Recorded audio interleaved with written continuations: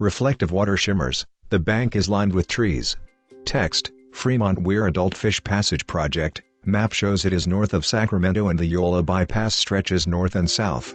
Karen Enstrom, California Department of Water Resources, and Ben Nelson, U.S. Bureau of Reclamation. The Yola Bypass was a historical floodplain. Today it is a resource for people, habitat for fish and wildlife, and flood protection is the primary purpose of the Yola Bypass today.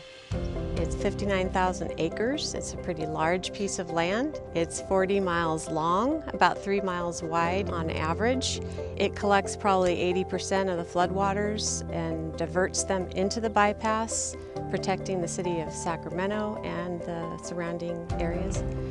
We have a lot of agriculture in the bypass, a lot of rice. We have hunting in the bypass, duck clubs. It is a Pacific flyway hub for waterfowl and the shorebirds. It's a fisheries habitat, so it's pretty important.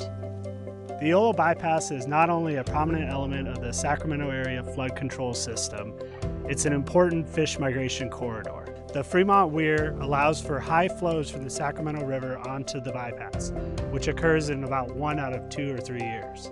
When water spills over the Fremont Weir, adult salmon, steelhead, and sturgeon on their way upstream are often attracted into the Yola Bypass. When the Sacramento River falls back down below the top of the weir, fish become stranded downstream of this large concrete wall. These fish that have traveled almost 40 miles end up disconnected from the river. This project focuses on updating the old Daniil fish passage ladder. The problem was when the fish get to the structure, there's inadequate depth for them to pass through the old structure, which was just 4 feet wide and 6 feet deep. So the fish passageway channel now widens that to 15 feet wide and 10 feet deep.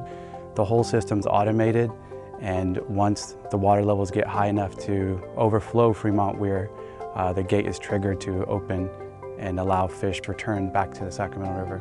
And that connection improves fish passage and reduces their likely to get stranded in the Yola Bypass and at Fremont Weir.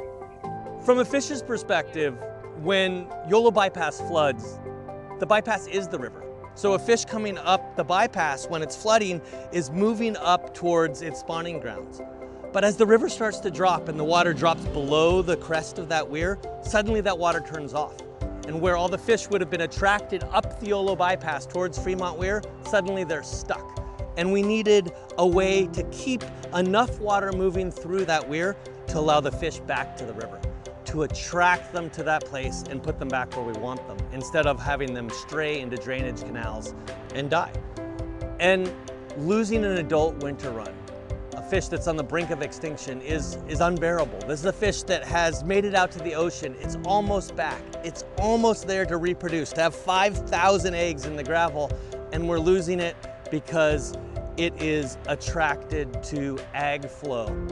If a fish or any other native critter can't recognize the river system, the habitat that they're adapted to, then they're not going to do well. So our job is to understand how the valley used to work, what fish expect, and be able to mimic that, to work with nature to allow salmon to recognize the Sacramento River again. This project is a prime example of what we can do when state and federal partners work with local government and landowners for the benefit of fish and water supply reliability in California. It's a big win to have this project completed, and we've learned a lot through the implementation of the Adult Fish Passage Project, and we'll continue to use that knowledge as we move forward on future efforts to address adult fish passage barriers and juvenile floodplain rearing habitat. The Department of Water Resources and the U.S. Bureau of Reclamation have a large suite of actions that we need to implement in order to help the recovery of these species. The overall mission is to promote recovery so that we are not causing jeopardy of any of these species when we operate the State Water Project or the Central Valley Project. That's the ultimate goal. We have a long way to go still, and within the bypass there are several fisheries issues that we need to address as well, but this is a really good start. Manny Bahia, Water Resources Engineer, Jacob Katz, Scientist, California Trout. California Eco Restore, a stronger delta ecosystem, produced by Department of Water Resources, State of California. Logo California, fields, water dam and stream.